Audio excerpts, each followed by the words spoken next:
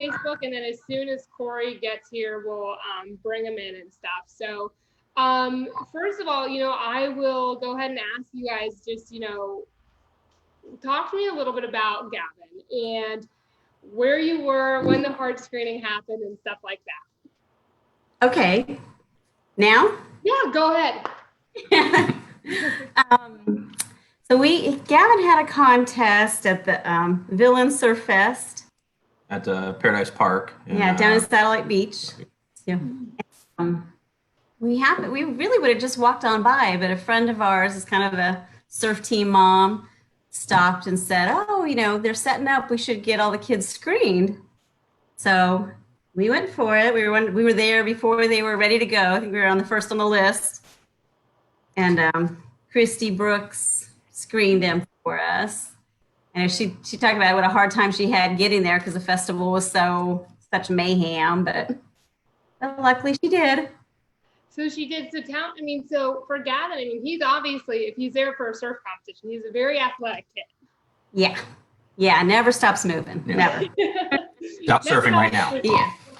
He was surfing, came home, got his fishing pole, and now he's down fishing. So. Oh my gosh. So he is just a mother's joy, of course, just to try to keep up with him. Yeah.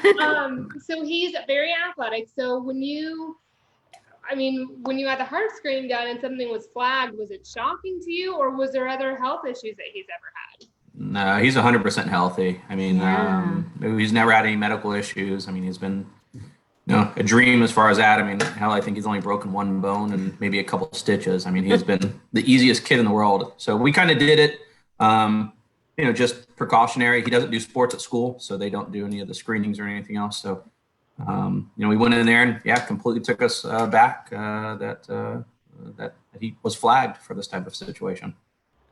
So where were you guys given a phone call that that he had something was going on with his heart, or how was it brought to your attention? Because I don't think people really when we describe what we do, I don't think people realize how this whole process works. So it'd be interesting to hear from your perspective, when you heard and stuff like that. Yeah, so we had gotten an email, but it had gone into our junk file, so missed it. But luckily, Sean Sima called us and explained everything, just said that, it was flagged and that it was, high risk for sudden cardiac arrest. And they had an appointment already set up for him to get him right in. That part of it was pretty astronomical. It was like immediate. I think he had finished the finals. We were home relaxing. We got a phone call. And then I think the next day, it got all kicked in. Days, yeah.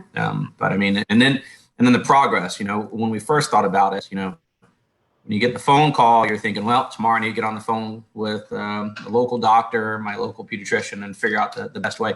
It's already done. The progress had already been done. We had moved from the initial to figuring out a plan of attack within 24 hours of the initial contact. So it was amazing.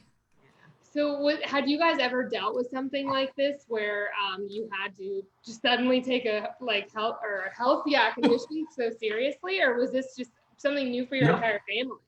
No, maybe when the kids were little bitty babies, but not recently, for sure. It was shocking. Wow. So you go then to the doctor. What is the next move? I guess kind of walk me through the rest of the process. Yeah. Okay. So Sean gets us set up for Nemours to see the cardiologist. They rescreen. They're kind of saying, well, maybe there's an error, but they rescreen him and immediately confirm the same thing that the email said, that he was diagnosed with Wolff-Parkinson's-White syndrome. And so from there, they sent us to Nemours in Orlando for more tests and stress tests. And then they ended up sending us to Arnold Palmer for a specialist.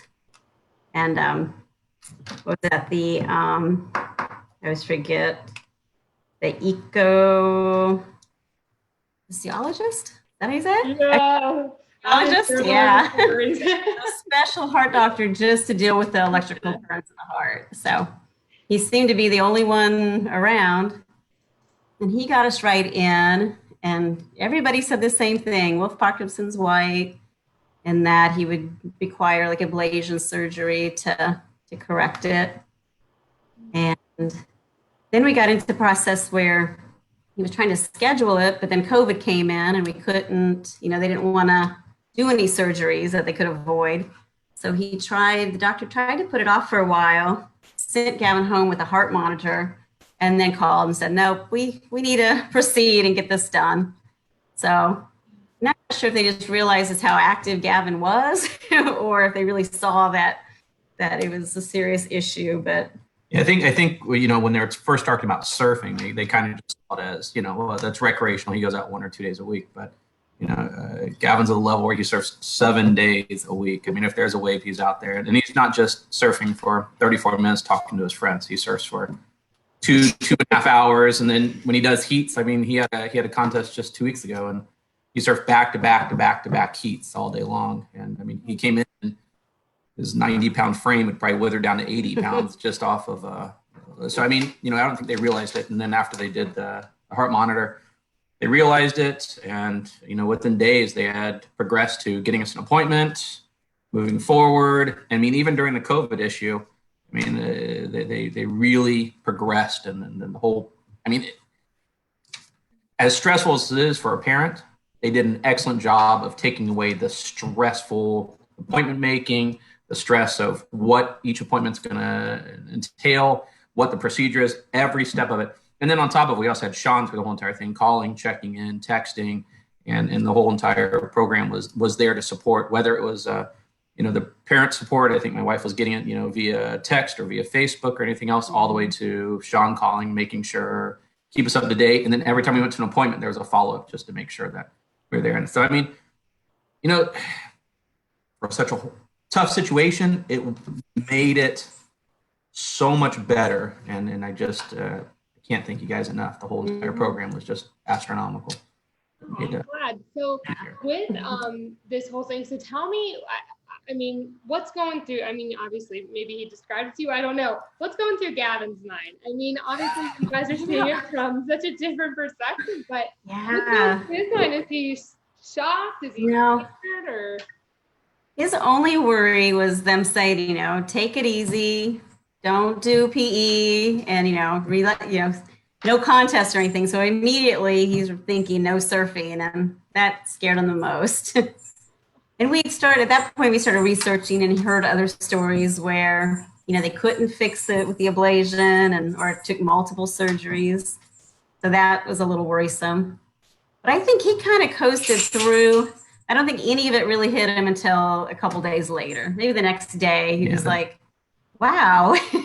He saw, people contacting him and saying they were praying for him and stuff. And I think it really put in perspective. He's like, wow, this is serious stuff. Wow.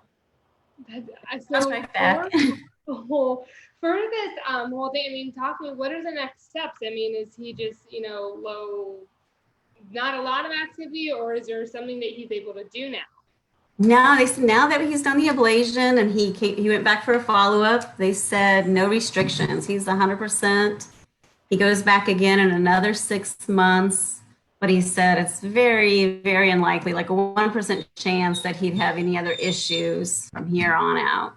Yeah, I mean, it's even as much as they've taken him off the baby aspirin that they originally prescribed, and they're supposed to do 90 days. So, I mean, he's fully back to running around like a crazy kid. So, I mean, he's everywhere, doing everything he can right now. So, absolutely. So, talk to me. I mean, what has it changed your family's outlook on what you guys do at all? I mean, some people, they go through these things are like, it makes them a little timid about, going back to sports and stuff like that. Has it changed your family's outlook on life or anything at all? No, I think it was just so quick, and I don't know. I think not so much. We're trying to now get involved and realize how unaware we were. Yeah. To spread the word, because it just was never on our radar. Like how do you know? We had heard about it through soccer. I coached a couple different soccer leagues, and we had heard about it beforehand. It was a great program. We were excited to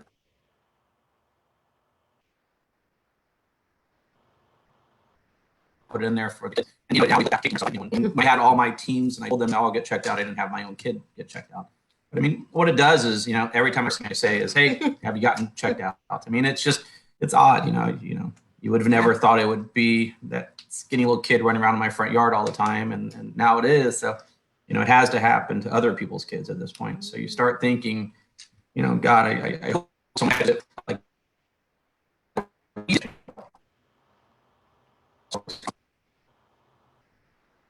Right. Right. And there, I mean, the other thing, I mean, there's just such a huge community too, you know, of people who have gone through exactly what your family. There we are. Oh yeah. No, For a minute. Okay.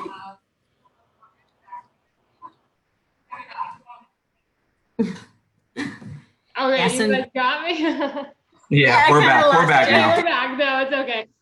You know, the other thing I just, you know, wanted to point out is, you know, as you probably heard from Sean, because of what happened with his daughters, there's such a huge community of everybody who has gone through this.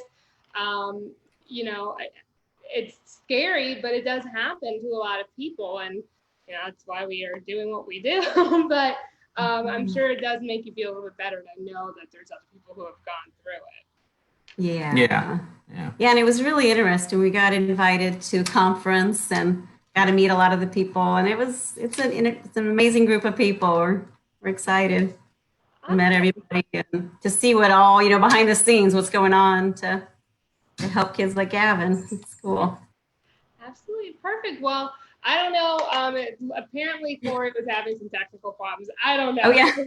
Another time, but I want to close out with you guys. You know, one of our things that we like to ask people is, you know, who we play for is, you know, we always have a why or a reason behind what we're doing. So we want to ask you guys now, who do you play for when you're going out and you do what you do every day?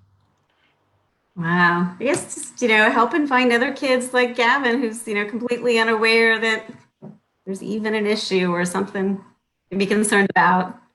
So yeah, for those kids that don't know yet. Absolutely. Perfect. Well, awesome. This video, it's on Facebook right now, going live. Of course, it'll be posted. So if you guys want to share it, do whatever you want. But we just want to thank you guys for doing this. It helps us spread the word. No, thank you guys. Thank you guys. I mean, you yeah. guys, I don't know. I can't believe you guys are thinking us. That's absurd. Well, Thank you. The whole entire program has just been absolutely amazing. You guys have done an amazing job, and we hope we can help in whatever we can do. And thank you guys for everything. Absolutely perfect. Well, awesome. It was great meeting you guys. Hopefully next time it'll be in person when I come down to Brevard again. Who knows when that'll be with everything going on, but awesome. It was nice meeting you guys. Nice meeting you. Good luck and thanks and stuff. So yeah. Okay. Thank you. Thank you. I'll talk to you guys later. Bye. Bye.